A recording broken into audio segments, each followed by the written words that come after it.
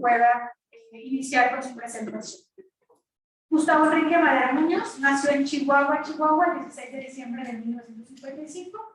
Es empresario, político mexicano, miembro del Partido Acción Nacional. Fue presidente del mismo partido en varias ocasiones, en varios momentos. Actualmente es senador, cargo que también ha ocupado en varias oportunidades, así como también ha sido diputado federal. Ha sido también presidente del partido, como lo mencionaba. Ha ocupado diferentes cargos públicos, de los cuales se resaltan los siguientes: presidente del Senado de México de 2008 a 2009, diputado federal por el 6º Distrito Electoral Federal de Chihuahua de 2003 a 2006, plurinominal en 2015 y presidente de la Comisión Nacional de Crédito Público de la H. Cámara de Diputados de nuestro país y del Senado de México de 2003 al 2008. Del 4 de octubre de 2016 a 2018 fue coordinador ejecutivo de gabinete del entonces gobernador del estado de Chihuahua, Javier Corral Jurado. Fue precandidato del PAN a la gubernatura de Chihuahua para las elecciones de 2021. El senador es licenciado en Ciencias de la Comunicación por el Instituto Tecnológico de Estudios Superiores de Occidente. Tiene estudios de maestría en Ciencias Políticas por la Universidad Nacional Autónoma de México. Ha realizado actividades empresariales la mayor parte de su vida y ha sido vicepresidente de la Coparmex aquí mismo en el estado de Chihuahua. Y hay un dato que no podríamos dejar de pasar por alto: es nieto de Evaristo Madero González, hermano menor de Francisco I. Madero, a quien hemos abordado ya en nuestras clases pasadas, y de Gustavo Amadero. Ha sido director general de Planeación y Evaluación del Gobierno del Estado, gobierno de Francisco Barro Terrazas, entre 1996 y 1998. Y en 2001 se unió activamente a la política al ser postulado del PAN a la presidencia municipal de Chihuahua y entre otros cargos más que ha ocupado dentro del sistema político mexicano. Senador, muchísimas gracias por acompañarnos. Es un honor que esté con nosotros aquí en el Tecnológico de Monterrey y específicamente que comparta con estos chicos y chicas. Así que adelante, por favor, mi doctor es todo suyo. Muchas gracias. Si gusta quedarse aquí, pues no, aquí para eso me gustó como dice usted, a ver si lo puedo hacer igual. Claro. ¿Dónde está usted? Esta es su casa. Muchas gracias por la invitación. Buenos días a todos y a todos. La verdad es que cuando me invitó, me puso a batallar. Porque el tema se trata de la Revolución Mexicana y el sistema político nacional actual, cómo se relacionan. Y pues la revolución fue hace 111 años. Esto tiene que ver lo que pasó hace 111 años con lo que estamos viviendo ahorita. Y cuando me puso el problema, todavía me metí más en Honduras. Y me quise preguntar más bien, no nomás la Revolución Mexicana, sino las revoluciones en el mundo. ¿Qué es lo que buscan las revoluciones? ¿Por qué suceden las revoluciones? ¿Cuántas revoluciones ha habido? ¿Cuáles son las más importantes en el mundo? La mexicana se considera como la primera revolución social del siglo XX. Muy importante. En 1911, Francisco I. Madero. Pero como vamos a ver, poquito antes y poquito después, y mucho después, siguieron habiendo revoluciones en el mundo. Y es donde yo me quise preguntar, ¿para qué funcionan las revoluciones? ¿Funcionan o no funcionan? ¿Cuáles sí funcionan? ¿Qué cambios impulsan? ¿Qué cambios permanecen? ¿Y cuáles, como dice Carlos Marx, en una cita con la que empieza un libro que se llama El 18 de mayo, dice: la historia se repite dos veces. La primera como tragedia, y la segunda como una farsa. Y yo quiero atreverme a provocar que la nuestra fue una tragedia y lo que tenemos hoy es una farsa. Cha, cha, cha, cha. Y por ahí me quisiera ir. Porque mucha gente. Y la Revolución Mexicana se ha utilizado más como un pretexto para instaurar una forma, un sistema político que no ha funcionado en México, a menos de que ustedes piensen lo contrario. Yo creo que los problemas de México, en mayor o menor medida, siguen muy parecidos a los que había en 1911. Claro que el mundo, la humanidad ha avanzado. Ya la gente vive más años, ya se inventaron muchas medicinas, expectativa de vida, hay muchos avances tecnológicos, el campo produce más por innovación tecnológica, etc. Pero el sistema, la forma de atender los problemas de la mayoría de la población, yo creo que no es lo mismo. Siguen siendo excluidos de la política y del desarrollo de la mayoría de la población. Y no es el PAN, no es el PRI, no es Moreno. Tenemos un problema más gordo, más grande. Es el sistema que tenemos. Y lo que se hizo con la revolución era para cambiar un sistema. De hecho, las revoluciones se distinguen de las guerras, de que lo que tratan de cambiar es un precio.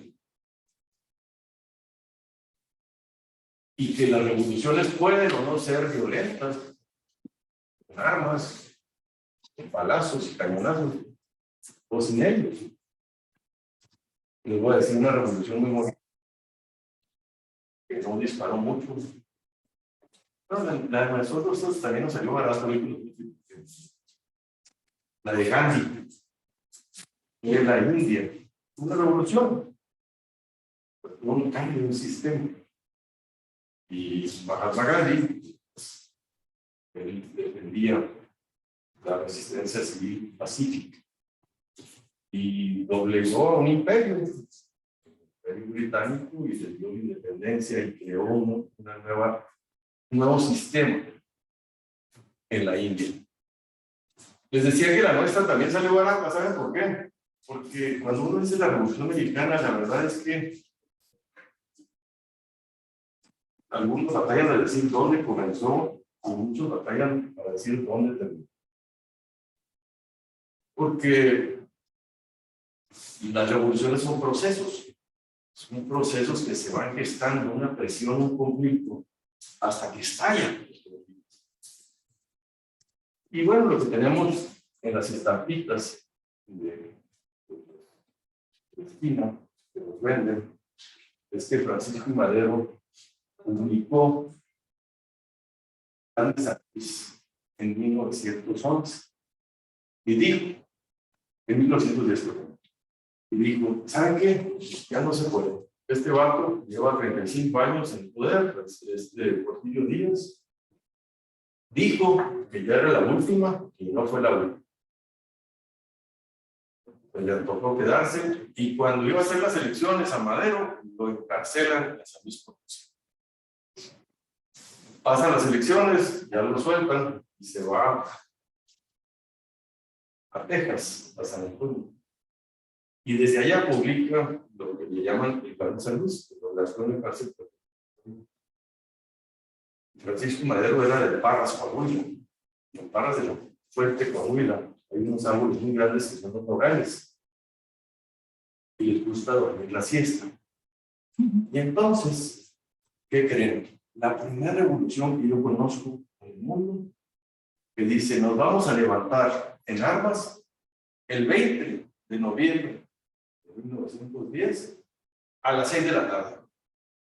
No a las 6 de la mañana, no, a las 6 de la tarde. A mí ese dato siempre se me ha hecho muy peculiar. ¿Por qué a las 6 de la tarde? Y bueno, cuando se levanten armas, estoy hablando del 20 de noviembre de 1910. Muy poco le hicieron caso, incluso a él, ahí por Piedras Negras, dos que tres. Pero poco a poco se levantan otros, Villa, Zapata, y empieza a aprender esto. Pero para que se den una idea de lo barato que nos salió, es que esta revolución duró 6 meses antes. El 30 de mayo de 1911, Porfirio Díaz ya estaba embarcándose en el Ipiranga. Ya se iba al exilio. El presidente, que es el dictador de 35 años, a los 6 meses dijo, ¿saben qué? Ahí se ven, yo los dejo. Quiere decir que fue breve ese periodo. Y ya, Le dicen, órale, Madero, la presidencia. Madero dice, no, creo en la democracia, pongan un presidente interino que convoque elecciones y yo le entro cuando gane. Y obviamente pues ganó, ahí con un 94% de votos. Y entró en la presidencia a finales de este año. Pero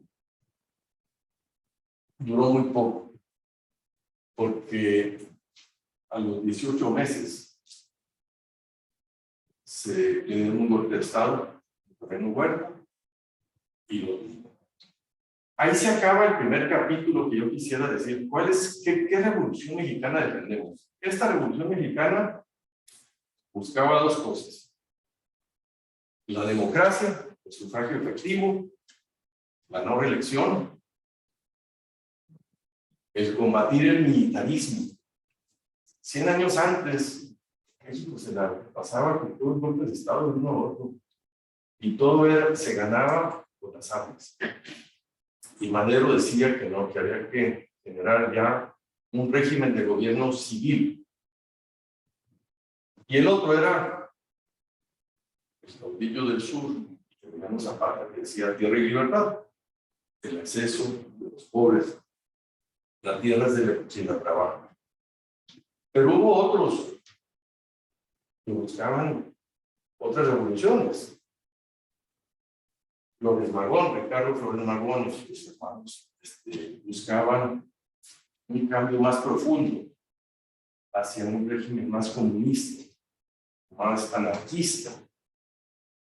Había otros como Venustiano Carranza, que buscaba una nueva constitución y a partir de allí entrar ya a los gobiernos civiles.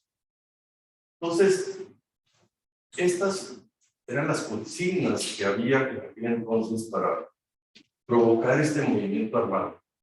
Matan a Madero, entra Huerta y pues se vuelven a juntar toda la bola para echar a Huerta. Tardaron unos 4 añitos y lo echaron, pero se siguieron peleando entre ellos quién era el que iba a quedarse con los herederos de la revolución. Y ahí está el secreto de la historia. ¿Quién ganó la revolución? Parecía que iba a ser Carranza. Cuando se forma una nueva constitución, en Querétaro, ya con el presidente, y pues ya empezaron las cosas todas. Pero viene Álvaro Obregón primero y Plutarco Elías Calles después. Y se levanta y matan a Carranza. De hecho, si se fijan, mataron a Madero, matan a Zapata, matan a Villa, matan a todo el mundo, a los líderes. ¿Y quién gana? ¿Quién es el que se pierde por herencia? Porque como dice un amigo que paz descanse, hay quien persigue la liebre y hay quien sin querer la alcanza. Pues aquí fue Sonora. Los sonorenses, aunque la revolución empezó acá en Coahuila y en Chihuahua, fueron los de Sonora los que se quedaron como, y vean cuántos presidentes de la República, ya hay cuántos vienen de Chihuahua. Y vamos a ver que de Chihuahua no hay ningún presidente de la República. Habrá otros estados. Y el régimen que queda, como decía Marx, empezó como una tragedia y termina como una farsa. Trivializan las figuras y las vuelven recursos políticos, ideológicos, para hacer una historia, una narrativa, la historia oficial. Las historias oficiales, lo más peligroso hoy en el mundo son las historias, las narrativas. Las narrativas que conectan, que convencen, que explican una realidad. Y entonces ellos nos explicaron que todo esto se hizo para hacer un gobierno del sistema nacionalista revolucionario. Ese es el sistema que heredamos después de la revolución. muy autoritario, militarista al principio, y cuando nacen ellos entonces es el principal heredero de la revolución es el PRI, el que capitaliza y gobierna México durante todo el siglo XX, porque se apropia de la revolución.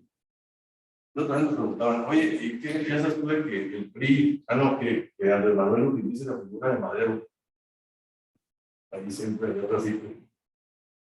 Pues es igual que nacía el PRI, antes utilizaba la figura de Madero, siempre, para defender que ellos serán los que defienden la transformación, la revolución, a los pobres, a las clases sociales, a los campesinos, a los empresarios, a los trabajadores.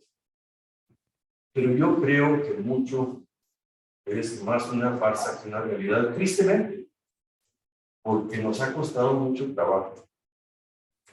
En el Inter, mientras nosotros andamos con estas cosas,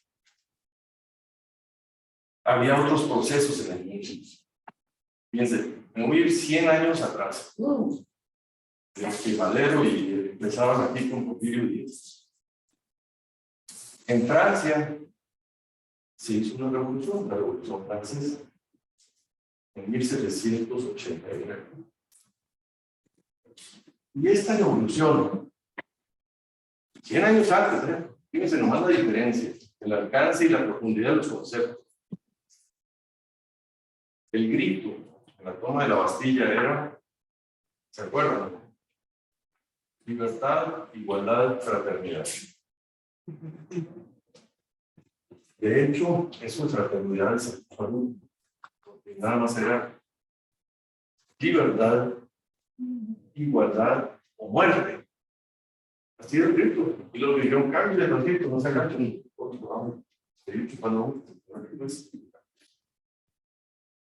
Pero a partir de ahí, a mí se me hace que se conforma para el mundo dos paradigmas de sistemas. Aquellos países, gobiernos y sistemas que privilegiaron la igualdad. Vamos a tener igualdad de oportunidades para todos. Para hacerlo, para garantizar la igualdad, ¿qué tenían que hacer? Tenían un gobierno fuerte, un gobierno poderoso.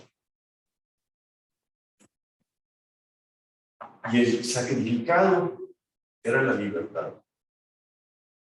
De ahí salieron los gobiernos y los sistemas socialistas y comunistas, que privilegiaban la igualdad. Otro grupo de países dijo, ¿sabes qué? No, a mí me gusta la libertad, como el principal derecho es la libertad. Y estos países dijeron, vamos a liberar el mercado, las oportunidades, el libre comercio, el libre emprendimiento, la libertad plena. Y para eso necesito muy poco Estado, muy poco gobierno.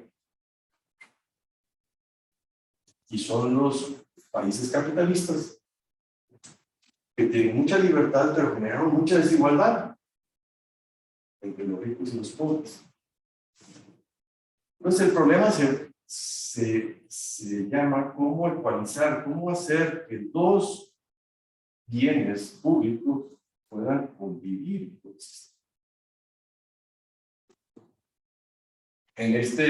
Cuando nosotros estábamos todavía peleando después de que matan a Madero, en Rusia zarista, surge otra revolución, la revolución rusa, comunista, donde Lenin derrocan zar y impulsan el sistema comunista, el país comunista. Porque acuérdense que Marx acababa de escribir en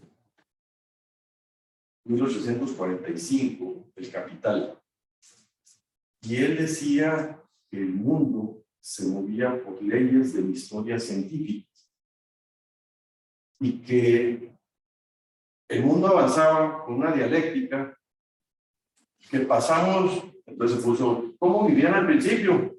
Pues el comunismo primitivo, cuando la gente, allá entonces muchos siglos, no había propiedad privada, no había gobierno, todo era de todos.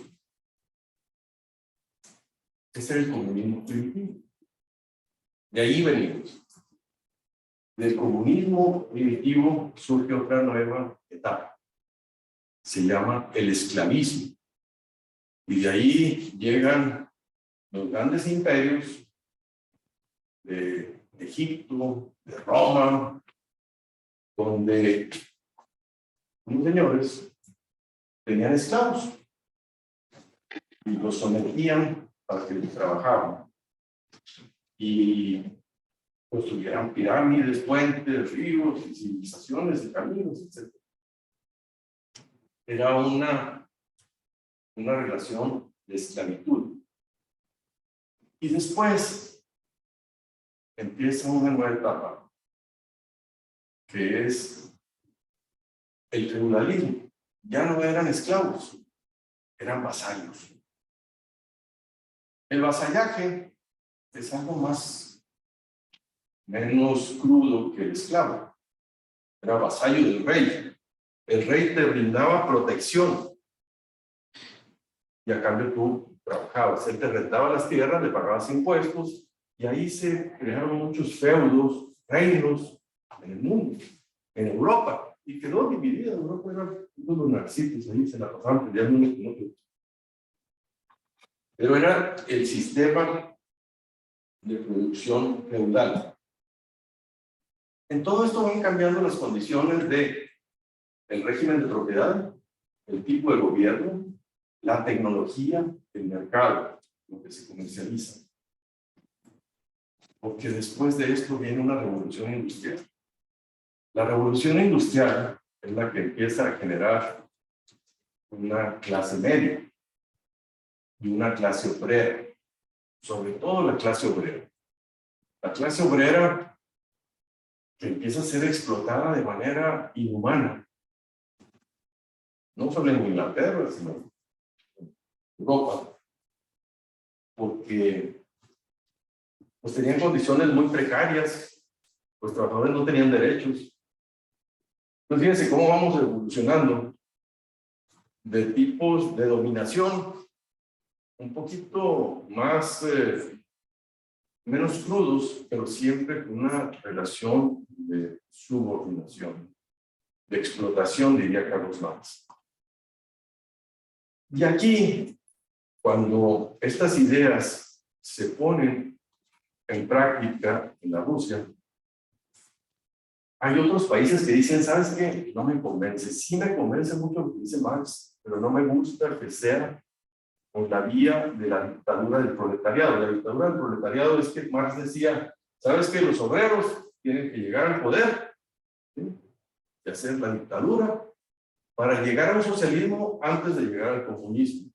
Esa era la fase última de la historia. Era cuando todo el mundo íbamos, ya no íbamos a necesitar ni siquiera gobierno, porque todos íbamos a ser tan felices con el comunismo que aspiraba Marx y Engels. Pero esto era por la vía de que decían, estamos en el sistema capitalista, tenemos que evolucionar a un sistema socialista y después a un comunista.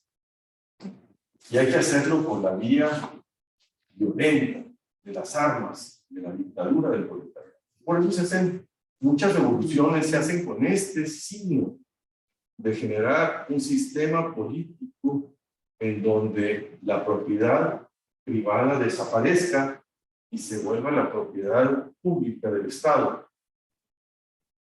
Y sonaba muy bonito, pero se creó una plutocracia, el partido de Estado, que se volvió tan tirano como algunos de los anteriores versiones. Pero hay un modelo que yo quisiera ahorita traerlo a colación porque creo que por ahí va el tiro de lo que les decía, cómo combinar los derechos de la libertad y los derechos de la inclusión y la igualdad. En todo este tiempo, antes de llegar a ese punto, hay una cosa que se llama los derechos humanos. Van evolucionando los derechos humanos. Porque había tantos abusos que lo primero que aparecen son los derechos civiles, los derechos de las personas a defenderse del Estado autoritario. ¿Cómo hago para defenderme del Estado autoritario? Bueno, pues se crean derechos. Toda persona tiene derecho a un juicio. Toda persona tiene derecho a que si lo detengo, tienes que ser llevado ante un juez en un periodo de 48 horas. Toda persona tiene derecho a la libertad de opinión, de expresión, de asociación. Son la primera generación de derechos humanos, los derechos civiles. Muy pegadito de eso vienen los derechos políticos, el sufragio. Oye, yo quiero votar, porque antes pues no había democracia, no había voto, pero cuando aparece, se restringe el voto solo a unos cuantos, a los nobles, a los ricos, a los que pagaban impuestos, eran los únicos que podían votar, hombres ricos. Vienen las luchas y de repente se dicen, bueno, ya todos los hombres pueden votar. Y después dicen también las mujeres, pero las mujeres hasta hace muy poco. En México, creo que en 1955, si mal no recuerdo, estamos hablando del reconocimiento del derecho de la mujer, no solo para votar, sino para ser electa. Y en todo esto, esta evolución de los derechos, lo que quiero transmitir la idea es que los derechos se van expandiendo. Son fronteras que vamos como civilización ampliando. Porque cuando ustedes ven los problemas de la sociedad, por ejemplo, la pobreza, los marginados, los grupos vulnerables, los que tienen alguna discapacidad, ¿de quién son responsabilidad? Pues esto va cambiando, porque ahorita dijimos el Estado, pero antes era la iglesia. Antes no había Estado. Antes era la iglesia, era la caridad la que se encargaba de los pobres y ponían clínicas y hospitales. Ahorita damos por hecho que es el Estado, que esta es una conquista. Y hay muchas conquistas que estamos dando por hecho. Y muchas de estas conquistas tienen que ver con los derechos que les estoy diciendo que vamos a ampliar. Primera generación de derechos, los civiles, los políticos. Y luego tiene una segunda generación, los derechos económicos, sociales y culturales. Y en esta otra generación de derechos, pues ya se habla del derecho a una vida digna, a un trabajo digno, el derecho a la educación. Pero son derechos nuevos, estos no existían antes, el Estado no estaba obligado a darte educación pública. Esto es nuevo en el mundo. Y apreciémoslo porque hay varias formas de lidiar con estos retos. Y tenemos hoy ya una tercera generación de derechos y algunos hablan de hasta la cuarta generación de derechos. Los derechos de la solidaridad, de la igualdad, por ejemplo, los derechos estos que tenemos de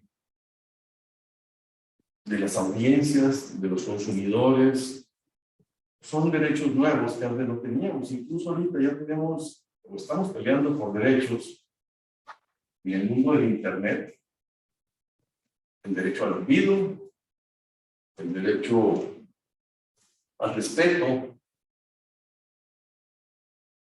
a las personas, va evolucionando de una manera que se va ampliando y sofisticando. Pero en todo esto que va avanzando en la humanidad, yo siento que México tomó un camino que no nos ha llevado a un puerto mucho mejor del que teníamos hace muchos años. Insisto, la humanidad va avanzando y México avanza, pero yo tengo 66 años y cuando yo era chavo veía que había países que estaban más amolados que México y hoy están mejor que México. Y yo me pregunto, ¿qué hicieron esos países? ¿A qué países les va mejor? Yo les digo un ejercicio que recomiendo mucho. La ONU, no tuve tiempo de acuerdo, ahí me llama esto. Lo que usted. Ya voy.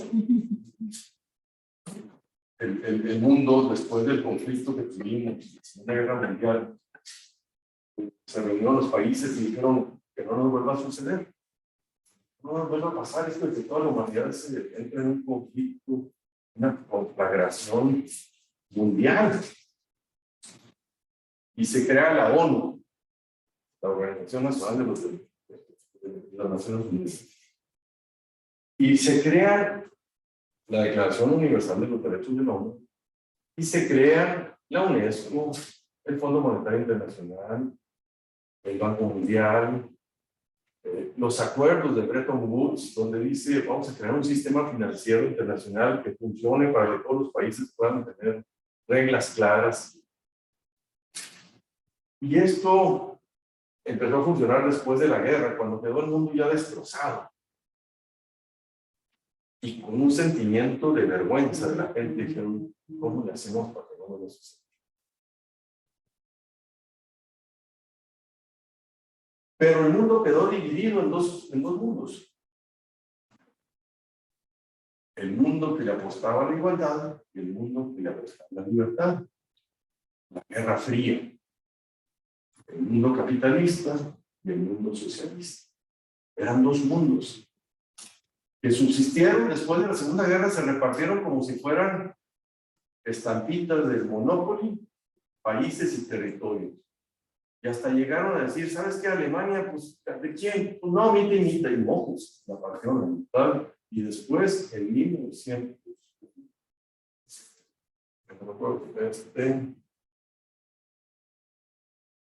crean el muro de Berlín y dividen de la noche a la mañana familias. Una ciudad, la parte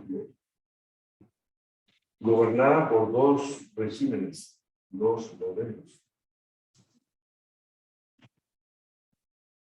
Y el régimen comunista se forma lo que veíamos con la Revolución Rusa, la Unión de Repúblicas Socialistas Soviéticas, la URSS. Eran 17 países que se juntaron para decir nosotros creemos que por aquí va el tiro y el eje es Moscú.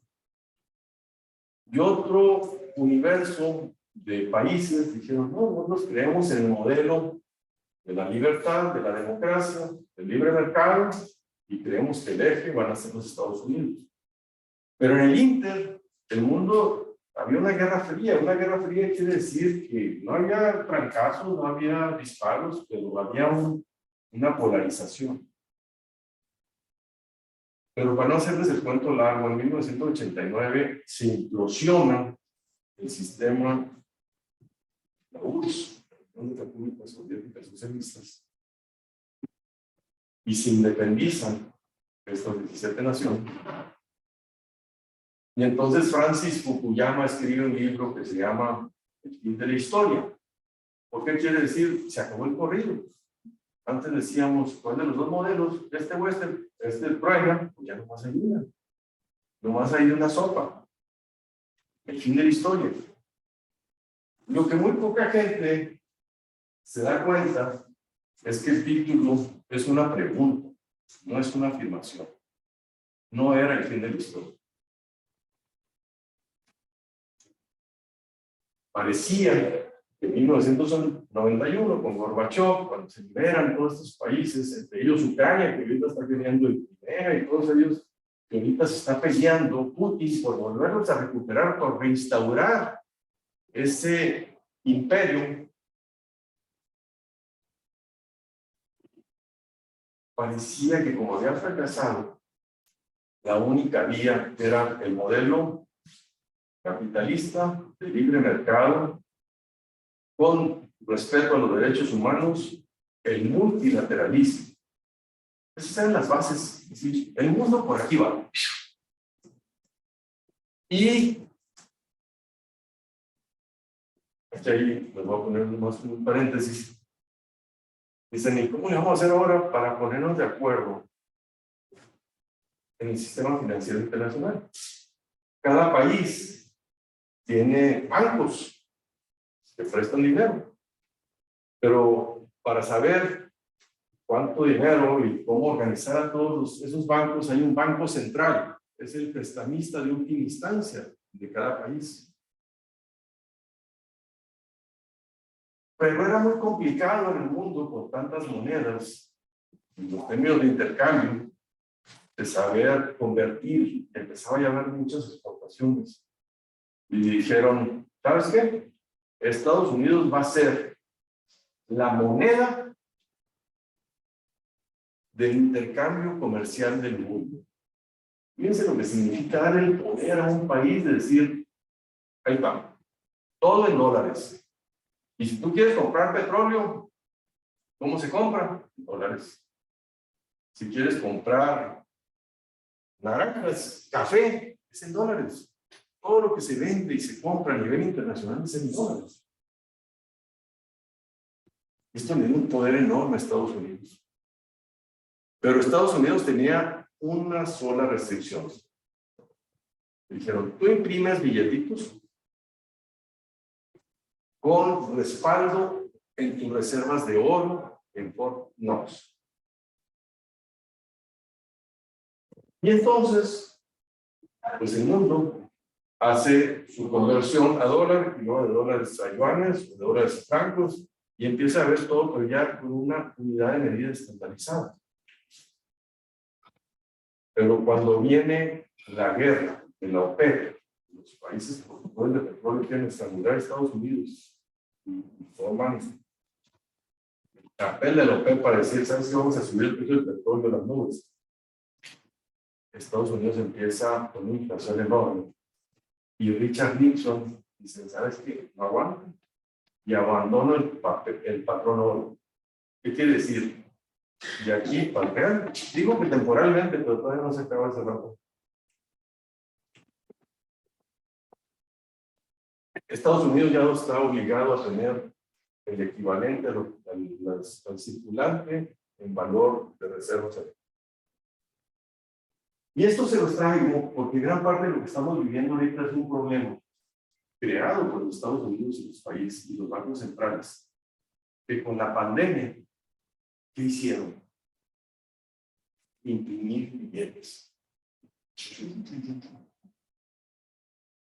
En Estados Unidos hasta los decían que por helicóptero partían porque es a todo mundo, hasta los migrantes mexicanos les tocaban los $1,400 cada semestre de apoyo.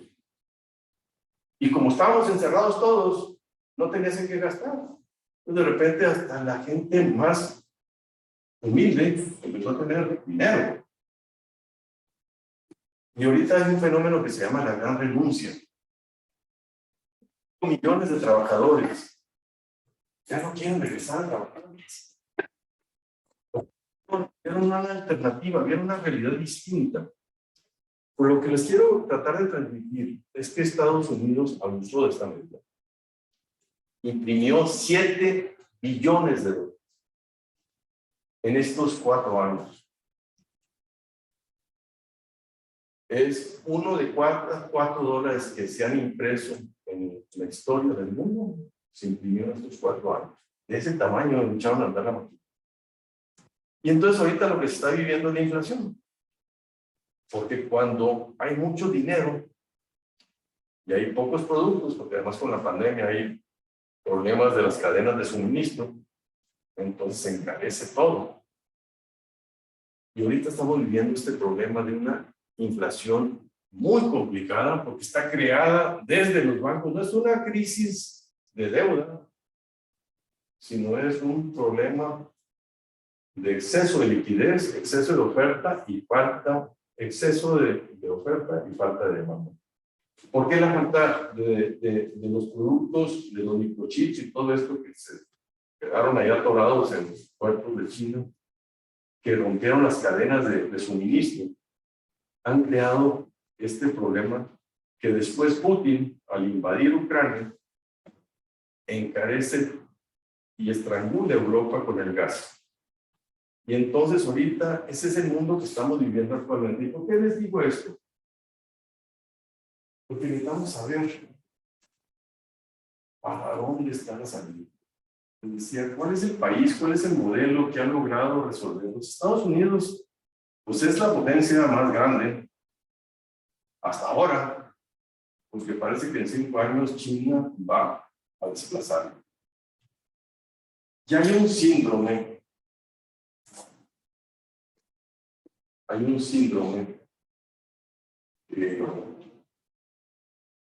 cuando una potencia emergente desplaza una potencia dominante, el 80% de las veces termina en guerra. Este es el síndrome de Tucídides, desde Esparta, allá, los griegos. Esto sucede. Siempre hay potencias emergentes y las potencias dominantes que se resisten a dejar. Entonces, China está reclamando ahorita qué va a pasar. ¿Yo en qué libro leo? Yo ya soy la segunda economía del mundo y yo no tengo, y el mercado se denomina el 90% en dólares. ¿Y dónde está el yuan? Entonces, esto está hablando de una tensión nueva en la que estamos inmersos todos los países. Y lo quiero poner en contexto porque no podemos ver a nuestro país aislado, no vivimos en una burbuja, vivimos en un mundo y nosotros estamos muy relacionados con Estados Unidos. Y la suerte nuestra está muy vinculada a los Estados Unidos. Pero les decía que hay un modelito que ha logrado ecualizar de mejor manera los dos derechos fundamentales de libertad e igualdad. Alemania, al principio, Noruega, después Suecia, Dinamarca, empiezan a encontrar un modelo que se llama la socialdemocracia. Y dicen, a mí me gusta el libre mercado, pero no me gusta la desigualdad. A mí me gustan los gobiernos que garantizan la igualdad, pero no con autoritarismo o con violencia. Entonces, crean este modelo que respeta el libre mercado con democracia. Y son gobiernos que tienen parlamentos muy robustos y que le dan muchos derechos a los trabajadores. Y a partir de ahí, con esta lucha de derechos que les dije que se iban ampliando, fue cuando más se expandieron todos estos derechos a nivel mundial. Hoy estamos en México en un momento en que la revolución nos queda muy lejos, la revolución mexicana, los ideales de la revolución mexicana, los ideales de justicia, de libertad, del reparto agrario, de la desigualdad y el autoritarismo, a mi juicio, siguen estando más en el papel que en la realidad. Y esto no es culpa de un partido político. Esto es responsabilidad de todos. Hay 195 países en la ONU. 195. ¿Qué número, qué lugar creen que México ocupa de estos 195 en territorio? Y somos el 15º. En población, el 13º. Y el PIB, el 15º. ¿Qué quiero decirles? En magnitud, México es un paisote. De los 195, es de los chicocludos, de los que están arriba. En los primeros 15 lugares de 195 es un porno. Pero tú sales y recorres el país y te das cuenta que esto es realidad para unos cuantos y no para todos. Y ni siquiera para la mayoría. Porque dijera, si es para la mayoría, bueno, está bien, ya vamos encargándonos de la minoría. No, la mayoría está excluida. Y por eso yo quiero, para darle espacio al diálogo y a las preguntas, terminar como empecé. Yo creo, como decía Carlos Marx, que la historia se repite, primero como tragedia y después como paz. Yo creo que lo que tenemos hoy heredado de la Revolución Mexicana no ha cumplido el proyecto. y en muchos se utiliza como una tramoya para defender en la demagogia que estamos resolviendo y avanzando en temas como la educación, la salud, la seguridad, la corrupción, el federalismo, la democracia. Yo siento que estamos patinando y patinando y patinando. Y que hay otros países que le han atinado mejor al clavo que nosotros, de los cuales pudiéramos aprender. Muchas gracias.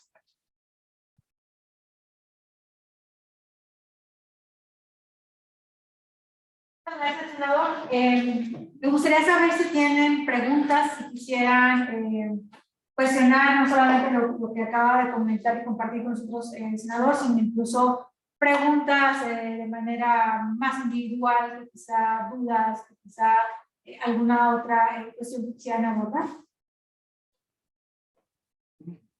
Acuérdense que dijimos que le íbamos a preguntar, que de eso se trataba el ejercicio. Con confianza. Esta es la etapa que se llama, después de una conferencia, se llama preguntas y evasivas. También. ¿Alguien quisiera hacer alguna pregunta? Aquí, de este lado. Hola. Anímense. ¿Por qué les queda? A ver. Que si usted considera que es una violación a la Constitución lo que está acentuando de la incorporación de la Guardia Nacional de la sede. Ok. Yo creo que es muy actual y muy pertinente eso. Yo creo que el problema de la inseguridad en México es un problema que ha venido creciendo, no lo hemos aplicado. Y viene desde hace mucho tiempo, desde antes de Calderón incluso. Aquí todo dicen que es culpa de Calderón, pero el problema del narcotráfico y la delincuencia organizada y la inseguridad en México viene expandiéndose. Yo como nunca estoy sintiendo la infiltración de estos delincuentes organizados en muchas esferas de la vida económica, política y social. El problema está creciendo. Cuando Felipe Calderón dice que vamos a utilizar el ejército para que se sumen, ahí lo decía, para que se sume a la Policía Federal, siempre el ejército iba atrás de la Policía Federal, que era una policía civil. El entonces candidato, Andrés Manuel, criticaba mucho esta estrategia porque decía que no, que los militares nunca es la respuesta, y ahorita curiosamente la está impulsando. Dicen que no es lo mismo ser borracho que cantinero. Entonces, pues cuando era opositor, fácil criticar, pero ya cuando estás en el gobierno dices, ¿de qué me agarro para enfrentar un problema tan grande? Y pues me apoyo en las Fuerzas Armadas, porque es un cuerpo muy grande, muy disciplinado. El problema es que se está llevando incluso mucho más allá. El presidente, cuando gana, nos propone que aprobemos a la Guardia Nacional como un cuerpo, desaparecer a la Policía Federal que existía en México, que había como 40,000 efectivos, desaparecerlos y formar una Guardia Nacional. Y nosotros dijimos que sí, pero con una restricción, que fuera eminentemente civil, que podía participar y coordinarse con el ejército temporalmente durante su administración, 5 años, pero que la Guardia debería estar encabezada y ser eminentemente civil, como ahorita les decía en el mundo. Vean, guardias nacionales hay muchas, Guardia Civil Española, los Carabinieri, etc. Ahora ustedes díganme, ¿en cuáles países dependen de un mando civil, de cuáles dependen de un militar? Y no van a equivocarse cuando descubran que siempre que depende de un mando militar es un gobierno autoritario. Y siempre que depende de un mando civil, es un gobierno democrático. Y a mí ya me preocupa, ya estamos hablando de, se hablaba mucho de que, oye, ¿para dónde nos lleva Andrés Manuel? Que si va para hacer esto Venezuela o no, si va a hacer, a mí sí me sonaba muy bom para paloma, pero ya que están tomando estas medidas descaradas, contrarias al artículo 21 de la Constitución, sobre todo el transitorio, que establece esta restricción, y diciendo luego, primero, por la vía de facto, porque desde que la creamos, él dijo, ignoro esa disposición. Y ahora lo hace ya pasando por encima de lo que dice la letra de la Constitución. Ya me preocupa mucho. Ya que tú digas, usted había hecho expresiones de que no me vengan con que la ley es la ley. Bueno, ahorita ya me está diciendo no me vengan con que la Constitución es la Constitución. Y la Constitución en México se llama Constitución Política de los Estados Unidos Mexicanos. ¿Qué quiere decir? Este es el pacto que nos une. Es el acuerdo social de convivencia de los mexicanos. Y si ya tienes un gobernante que dice, ¿sabes qué? Ese no me interesa. Lo que yo diga es lo importante. Ya estamos tocando, pasando la línea roja. No solo estoy convencido de que está violando la Constitución, sino que estoy preocupado por lo que esto lleva de trasfondo. Muchos dicen que todo lo que está pasando ahorita en Juárez, en Guanajuato, en Jalisco, no es sino generar una sensación de ingobernabilidad para que la gente clame por un gobierno autoritario. Y créanme que yo veo empresarios encantados de la vida, de que haya mano dura. Pero eso, volvemos a ver el mundo. ¿A qué país te quieres parecer? Y ninguno de los países a los que yo me quiero parecer tiene un modelo de seguridad adscrito al ejército. Lo tienen los países de Irak, los tienen los países de Venezuela, los países chinos, todos ellos, Cuba. Pero los países democráticos, ninguno. Yo les decía que al contrario. Michelle Bachelet, que es una mujer que admiro mucho, ella fue víctima de la tortura en el régimen de Pinochet. Y después fue ella secretaria de la defensa. O sea, y la nombran una civil al mando de las fuerzas militares. O sea, es al contrario. Pero no más la policía civil, sino el ejército en manos de un civil. Y eso es lo que también esgrimió el mismo Francisco Madero. Él combatía el militarismo y lo combatía también el austerismo. Por eso sí estoy seguro que la viola, pero sobre todo estoy preocupado del trasfondo y por qué y para qué lo está haciendo. Eso es lo que me tiene muy angustiado. Gracias. Muchas gracias. ¿Alguien tiene alguna otra pregunta? Por favor. ¿Cuál considera que es el rumbo de México al finalizar ese sexenio de AMLO, el próximo? ¿Qué le espera a nuestro país? Ándale, le espera a nuestro país. Ay, pues depende de nosotros, los mexicanos. Mira,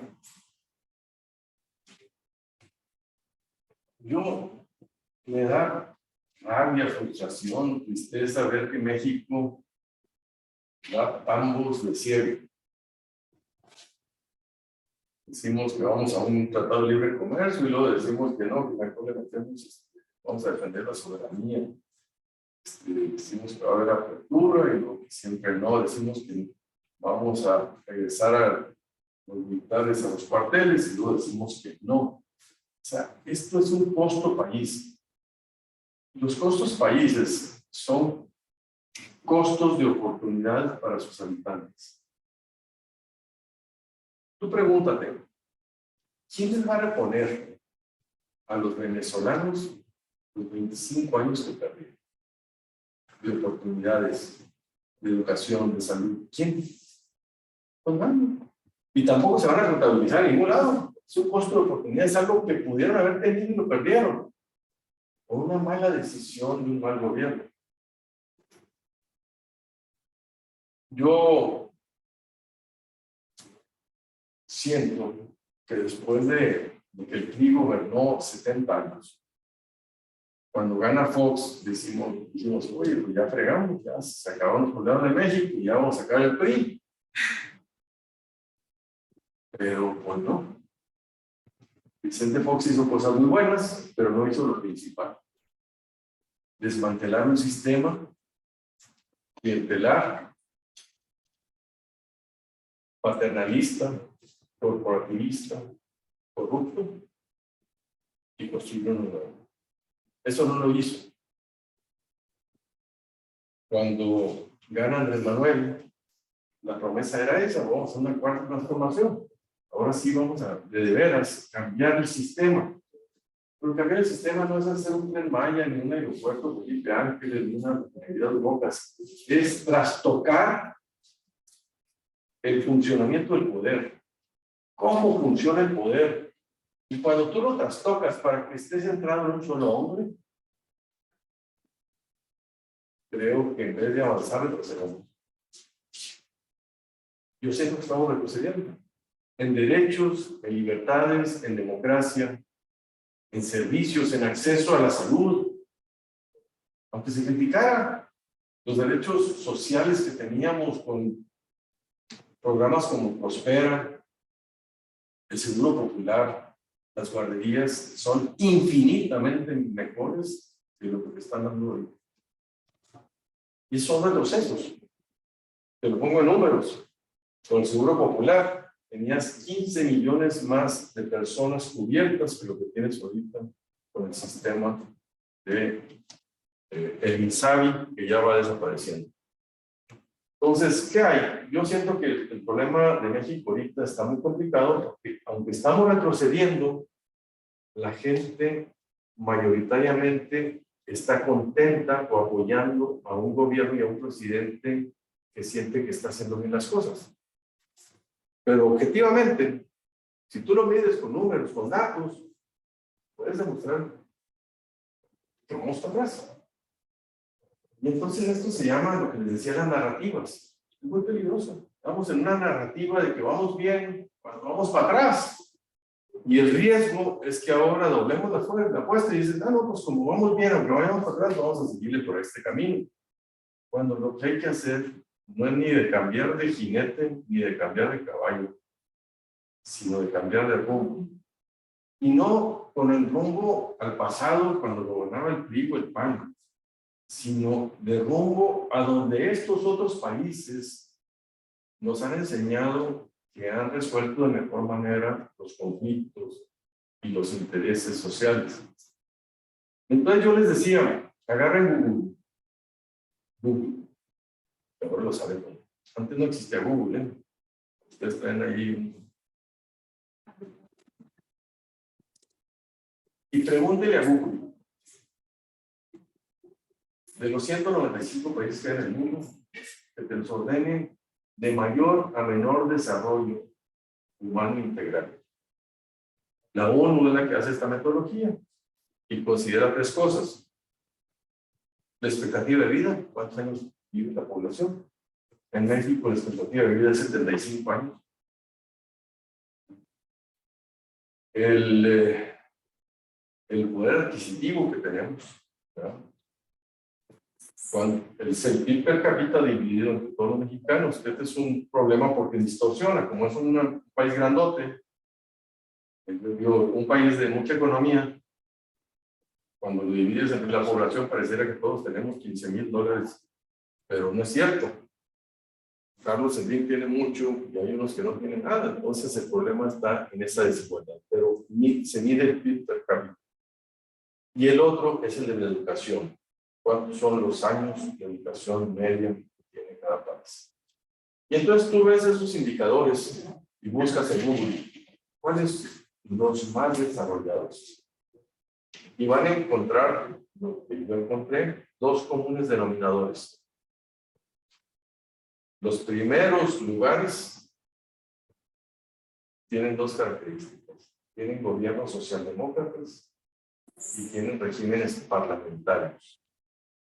No tienen presidentes de la República. Es un sistema más civilizado, mucho, que te obliga al acuerdo. Nosotros tenemos un sistema presidencialista donde queremos ver quién es el próximo caudillo que nos va a sacar del hoyo. No, hay que cambiar el sistema, la forma en que funciona el sistema, que rinda cuentas, que tenga pesos y contrapesos, no depender si escogiste bien a un gallo o no, sino que estás construyendo un modelo de país que garantice que funciona para la mayoría y resuelve de mejor manera los conflictos. La respuesta a tu pregunta no la tengo. ¿Qué va a pasar? Yo creo que hay de dos sopas. Una es que continúe el proyecto de Andrés Manuel con una de dos versiones. Alguien incondicional a él, como Claudia Sheinbaum o Adán Augusto, que sería como un maximato. Y maximato quiere decir que sigue gobernando Andrés Manuel con interpósita persona. Él está en la chingada, pero bueno, lo consulta. He visto que siguió su rancho. Así se llama rancho. Así se llama rancho, así se llama, no es mala palabra. Es un nombre propio. Ese es el primer escenario, el inercial. El inercial con un seguidor fiel. La otra es que siga ganando Morena, pero con alguien con un poquito mayor independencia, que pudiera ser Marcelo Ebrard o Ricardo Monreal. Segundo nivel. El tercer nivel es que ganara la oposición. Y que ganara la oposición hay dos versiones. Que ganara con una propuesta business as usual, que dijera, bueno, pues ahora cambiamos de jinete, ya no va a ser este, ya no va a ser fulano, sultano, ya no va a ser Morena, sino va a ser este partido. O que realmente, y este es el que yo le apuesto y quisiera, veamos el momento que estamos viviendo y construyamos un avance a la dirección de los países que admiramos como forma civilizatoria. Y entonces construyamos un gobierno de coalición con régimen semiparlamentario y comprometido con los derechos sociales para combatir la desigualdad. No demagógicamente, sino como le han hecho allá. ¿Saben cómo le han hecho? No le vamos a dar. Pero es con una reforma fiscal.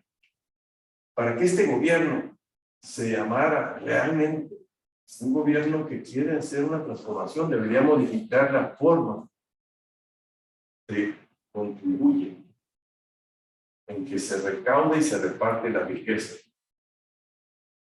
Él ha querido, por la vía del gasto, decir que está igualando a la población, pero no se hace así. En el mundo no se hace así. Se hace por la vía del ingreso. Son las reformas tributarias las que garantizan en esos países que les estoy diciendo, los gobiernos socialdemócratas, son tasas impositivas altas, pero con un gobierno transparente, sin corrupción, que te rinde cuentas y que te da todo lo que tú le pagas en educación, en salud, en carreteras, en seguridad. Y ese es el modelo que tenemos que buscar. Ojalá, changuitos, que se abra el cielo y nos ilumine para que podamos tomar la mejor decisión juntos. Muchas gracias, senador. A mí me gustaría hacer una última pregunta. ¿Cree que entonces nos haga falta una nueva revolución? No necesariamente una revolución de armas, pero quizás sí una revolución social, de movimientos, de involucramiento. La clase hemos hablado como, usted lo decía, es un ejercicio de corresponsabilidad y ahí es donde de pronto pues no nos gusta tanto entrarle, porque nos gusta que el Estado, el gobierno haga su chamba, que es parte del rol, pero ¿dónde está esa otra parte que equilibra, ¿no? a la carreta, digo yo, de estas dos ruedas. ¿Qué necesitamos como ciudadanía para poder tener aspiracionalmente no solamente ese Estado o ese gobierno, sino en realidad, como dice usted, ese rumbo que necesita el país? Pues sí, la respuesta es que sí, necesitamos un cambio de sistema, diría yo. Las revoluciones son para cambiar de régimen, para cambiar un gobierno, incluso para derrocar a un gobierno, una autoridad y poner a otro. Esas son las revoluciones. Yo creo que tenemos que hacer algo más profundo. Es cambiar un sistema y una cultura. Necesitamos cambiar nuestra cultura. Y esto es algo muy difícil. La cultura son los valores que practicamos todos los días, de lo que creemos que es bueno y es malo. Y en México, creemos que es bueno robar mientras no te cache. Creemos que es bueno meterte a la fila porque el otro es un güey y te ganaste. Que es bueno no pagar impuestos mientras te burles Hacienda. Nosotros creemos en México que nos lo merecemos y que el gobierno nos tiene que resolver la vida.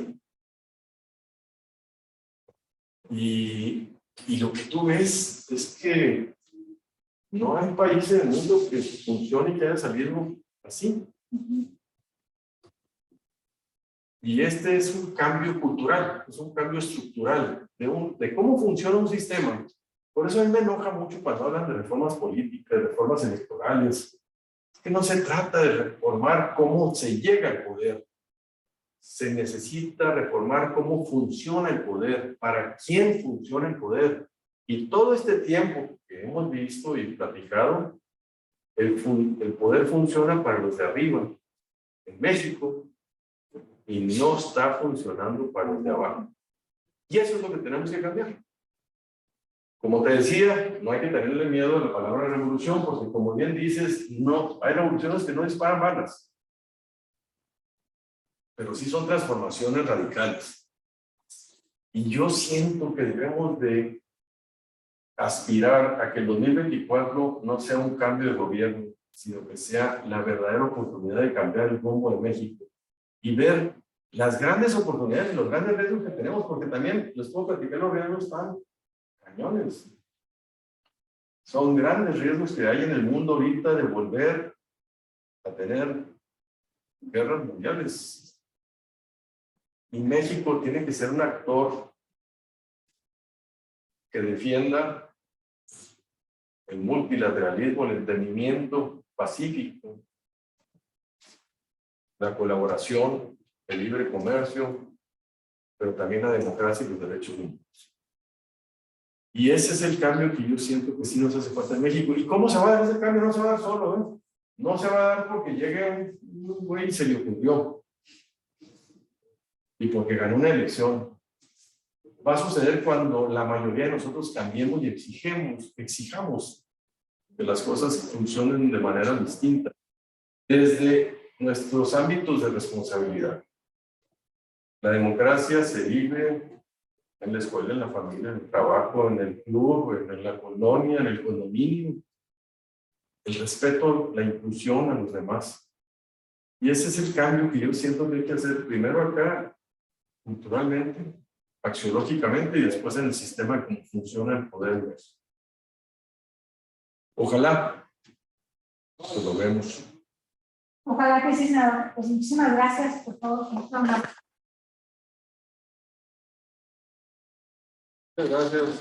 Por último, ahorita le voy a entregar una constancia, un reconocimiento por su asistencia, por supuesto, por su movilidad, a nombre de pues, nuestra escuela, las Escuelas Sociales y Gobierno, a nombre del Tecnológico de Monterrey, Campus Chihuahua, pues un breve reconocimiento, gracias por el espacio y por supuesto para que pueda usted compartir con los alumnos que nos hace tanto falta poder tener esos espacios de diálogo y de discusión. Muchísimas gracias. Claro que aquí, bueno, Sí. sí. Bueno, jóvenes, espero que no se haya aburrido mucho y que algo se les haya quedado. Muchísimas Muchas gracias. Qué amable, muchas gracias, doctora. No, pues muchas gracias.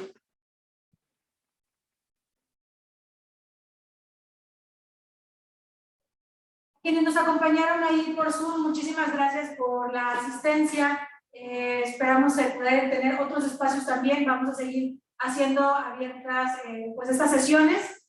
A mis alumnas y alumnos, pues nos vemos el jueves. Tienen ustedes una tarea, una asignación de lectura. Entonces, muchísimas gracias por su tiempo de asistencia. Nos vemos, que tengan muy buena tarde. Gracias. Ahora la sesión.